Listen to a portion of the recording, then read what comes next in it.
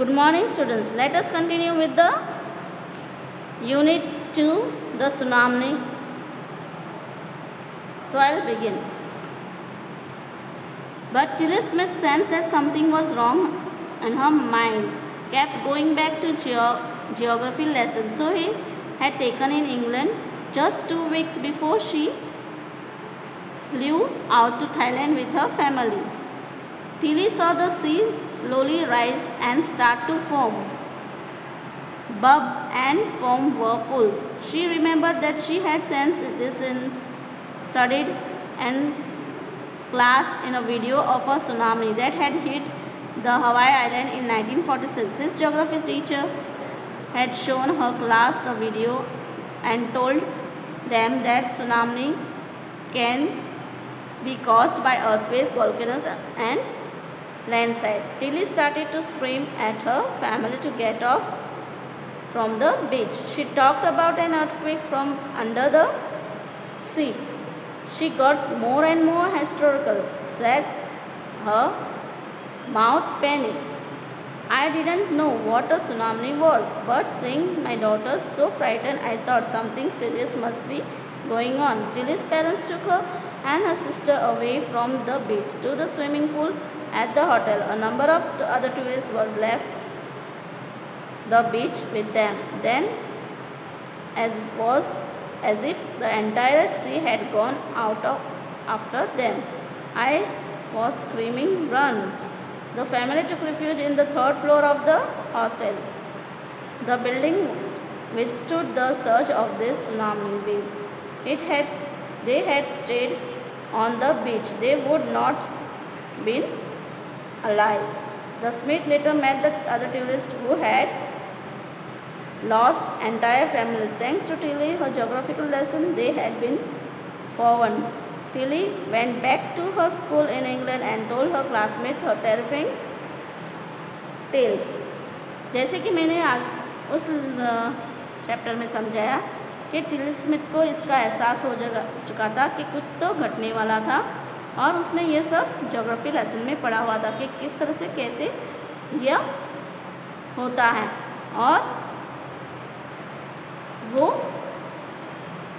जान चुकी थी कि जब सी थोड़ी देर के बाद ज़्यादा बढ़ने लगा और उसकी लहरें बहुत तेज़ चलने लगी, उसको एहसास होने लगा कि कुछ तो यहाँ पर घटने वाला है। और उसको याद आया कि उसके क्लास में जब वो पढ़ रही थी तब उसके टीचर ने उसे एक वीडियो बताया था कि हवाई आइलैंड में कैसे सुनामी आई थी और उसके कुछ कारण थे कि उसके कारण सुनामी आती है, जैसे कि अर्थक्वेक, वोल्केनो और लैंडस्लाइड। इसके कारण यह सुनामी आती है। वो एहसास उसके मन में जाग चुका था, उसे भनक लग गई थी, इसलिए वो ज़ोर से चिल्लाने लगी थी कि सभी को वहाँ से निकलने कहने लगी कि यहाँ से आप सभी निकल जाओ। Historical मतलब when you are historical you shout, laugh or cry in a wild excited way without any control over yourself। मतलब एक तरह से जब आपको किसी दुर्घटना का घटने का एहसास होता है तो आपके अंदर जो आप ना बोल सकते हो ना उसे कुछ समझा सकते हो, उस तरह से अंदर से फीलिंग होना। तो ऐसा एहसास उसे होने लगा, पर फिर भी वो अपना पूरा जोर निकाल कर कहने लगी, ऐसे जोर से चिल्ला कर कहने लगी कि आप लोग यहाँ से सभी निकल जाओ, यहाँ कुछ तो घटने वाला है। उसकी मम्मी को पता नहीं था ये क्या है, पर उसे उसकी बेटी की नज़रों में देखकर, उसके आँखों में देखकर, उसके बर्ताव से उसको पता चला यहाँ कुछ तो गलत होने वाला है। तभी वो उसकी बहन को और उसको लेकर वहाँ से निकल गई और उन्होंने जितने भी वहाँ पर लोग आजू बाजू थे उनको भी इसका आगाह किया कि यहाँ से आप लोग निकल जाओ आप। और जो वहाँ थे जितने बच सके थे वहाँ से निकल चुके और वो सभी को दौड़ते हुए कहने लगी कि यहाँ से आप बाहर निकल चलो, यहाँ पर रुकना ठीक नहीं है। रेफ्यूज मतलब शेल्टर और प्रोटेक्शन फ्रॉम डेंजर, किसी सुरक्षित जगह पर जाना। तो उन लोग वो तीसरे माल पर चढ़े गए। एक होटल थी वहाँ पर जो तीसरा माला था उसके ऊपर उन लोग अपनी सुरक्षा के लिए चढ़ गए। और जैसे ये सुनामी बढ़ गई, विथस्टूड एंडेड विदाउट कोलैप्सिंग, पर वहाँ पर कोई ऐसी बात नहीं हुई कि जो बिल्डिंग्स है वो कोलैप्स हुए, कोई बिल्डिंग गिरी नहीं, पर सभी सुरक्षित रह गए। पर जो वहाँ के आगे दूसरे टेररिस्ट थे वो उनको थोड़ों को बचा नहीं पाए। उनमें से थोड़े परिवार की जान को नुकसान हो चुका था, थोड़े बह चुके थे, और यह उसने पढ़ा, इसका आगाज़ हुआ उसे, इसलिए वो बचा पाई। और फिर जैसे ये दिन बीतते गए वो वापस जब सब कुछ शांत हुआ इंग्लैंड चली गई और उसने अपने क्लासमेट को सभी को ये अपना जो उसके साथ हादसा हुआ था वो उसने बताया। Before the giant waves slammed into the coast in India and Sri Lanka, wild and domestic animals seemed to know what was about to happen. They fled to safety according to eyewitness accounts. Elephants screamed and ran off higher ground. Dogs refused to go outdoors. Flamingos abandoned their low-lying breeding areas. And zoo animals rushed into the shelters and could not be enticed to come back out. जैसे हमको जैसे पता चलता है, कुछ जानवरों को भी इसका आगाज़ हो जाता है कि कुछ अलग सा घटने वाला था। और ये जो खतरनाक हवाएं, तेज़ हवाएं और सुनामी आने वाली थी इंडिया और श्रीलंका में, तभी जो वाइल्ड एनिमल्स और डोमेस्टिक एनिमल, जो भी पालतू और जंगली जानवर थे, उसको इसका पता चला और वो फ्लेड मतलब रनिंग अवे एंड एस्केपिंग, वो इससे बहुत दूर तक चले गए थे। एंटाइज्ड मतलब attract to attempt by offering pleasure or advantage. वो जो हाथी थे वो भी इतनी ऊंचाई पर चले गए ताकि उनको कोई खतरा महसूस ना सके, और जो कुत्ते थे वो बाहर निकलने से डर रहे थे। फ्लेमिंगो अबांडेड मतलब हैविंग बीन डिजर्टेड और लेफ्ट, मतलब उसको भी ऐसा एहसास हुआ कि हम अगर नीचे ज़मीन पर उतरे तो उनको जान की नुकसानी होगी, इसलिए उन लोग भी कुछ भी खाने की वस्तु नीचे ज़मीन पर लेने के लिए नहीं उतरे, वो ऊपर ही रहते थे। और जो जू एनिमल्स थे जो पिंजरे में थे वो ऐसी जगह दौड़े जहाँ पर उनको कोई खतरा ना हो, और यहाँ वहाँ दौड़ते हुए अपने आप को बचाने की पूरी कोशिश कर रहे थे। Many people believe that animals possess a sixth sense and know when the earth is going to shake. Some experts believe that animals' more acute hearing helps them to hear or feel the earth's vibration. They can sense an approaching disaster long before humans realize what's going on. जैसे कि माना जाता है इंसानों से जानवरों को ज़्यादा सेंस होती है, पोजेस सेंस होती है, मतलब वो जो घटने वाला है वो हमारे से पहले उनको उसकी जानकारी होती है।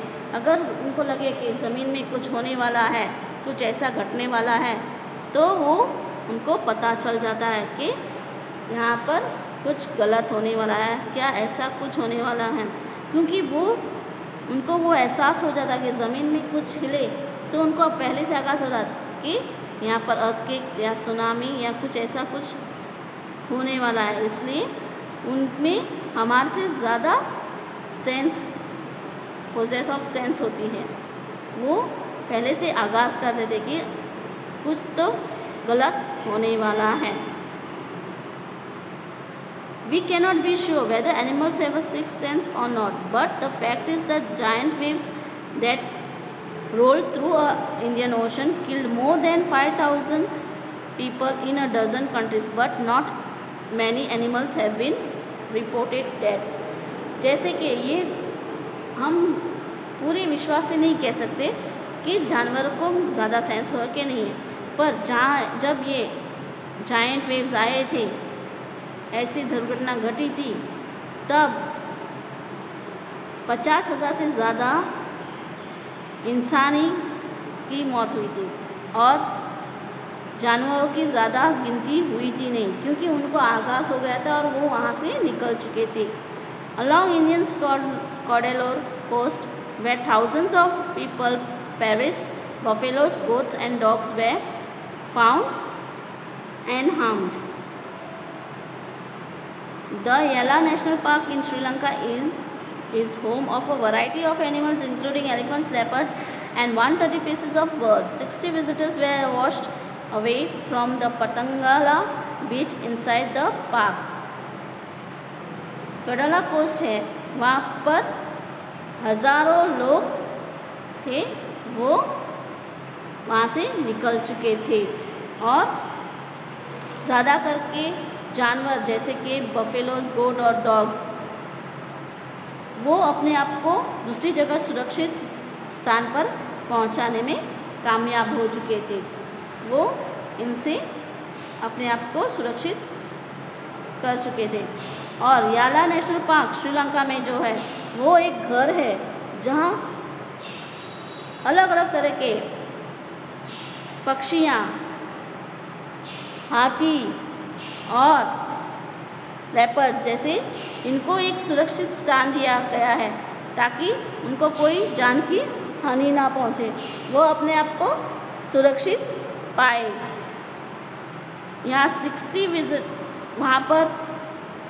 विजिटर्स से ज़्यादा इस पतंगला बीच पर आए थे और उन्होंने ये सब जानवर वहाँ पर उनको दिखाई देते। नो एनिमल्स कैरप्रेसेस वे फाउंड। और जब वहाँ पर ऐसा भूकंप या सुनामी जैसा हुआ था तो बहुत सी इंसानों के नुकसान हुई थी, किसी जानवर के बारे में हमने ना पढ़ा था ना सुना गया था। कैरकेसेस मतलब डेड बॉडीज और बोन्स ऑफ एनिमल्स, किसी जानवरों के ज़्यादा हमको कोई बॉडीज़ नहीं मिली थी या किसी का ढांचा भी नहीं मिला गया था एक्सेप्ट फॉर 2 वाटर बफेलोस। वहाँ पर सिर्फ दो बफेलोस के हमें बॉडीज़ मिले थे। About an hour before the tsunami hit, people at Yala National Park had observed 3 elephants running away from the Patangala beach. जब ये हादसा हुआ, जब 60 विजिटर्स उस पतंगला बीच में थे, तब ऐसा दुर्घटना हुआ कि इसमें थे कई लोग इंसान की मौत हुई थी और बाकी जो थे वो जानवर अपने आप को बचाकर निकल चुके थे। 2 बफेलोस मर चुके और फिर जब ये शांत हुआ तब दिखाई दिया कि 3 एलिफेंट्स थे, वो यहाँ वहाँ दौड़ रहे थे पार्क में अपने आप को सुरक्षित पाने के लिए यहाँ वहाँ दौड़ रहे थे। A Sri Lankan gentleman who lives in the coast Negale said his 2 dogs would not go for their daily run on the beach. They are usually excited to go on the outing, he said, but on that day they refused to go and most probably saved his life. Sri Lanka में एक gentleman रहता है, वो कहता है कि मैं हर रोज़ अपने दोनों कुत्तों को बीच पर टहलने ले जाता हूँ, पर जिस दिन उनको आगाज़ हुआ था उस दिन उन्होंने वहाँ पर जाना मना किया कि मैं यहाँ पर नहीं, वो निकलने की कोशिश ही नहीं करते थे, इस कारण वो अपनी जान बचा सके और बीच पर वो भी नहीं गया। इस तरह हमारा यह आज का लेसन यहाँ ख़त्म होता है।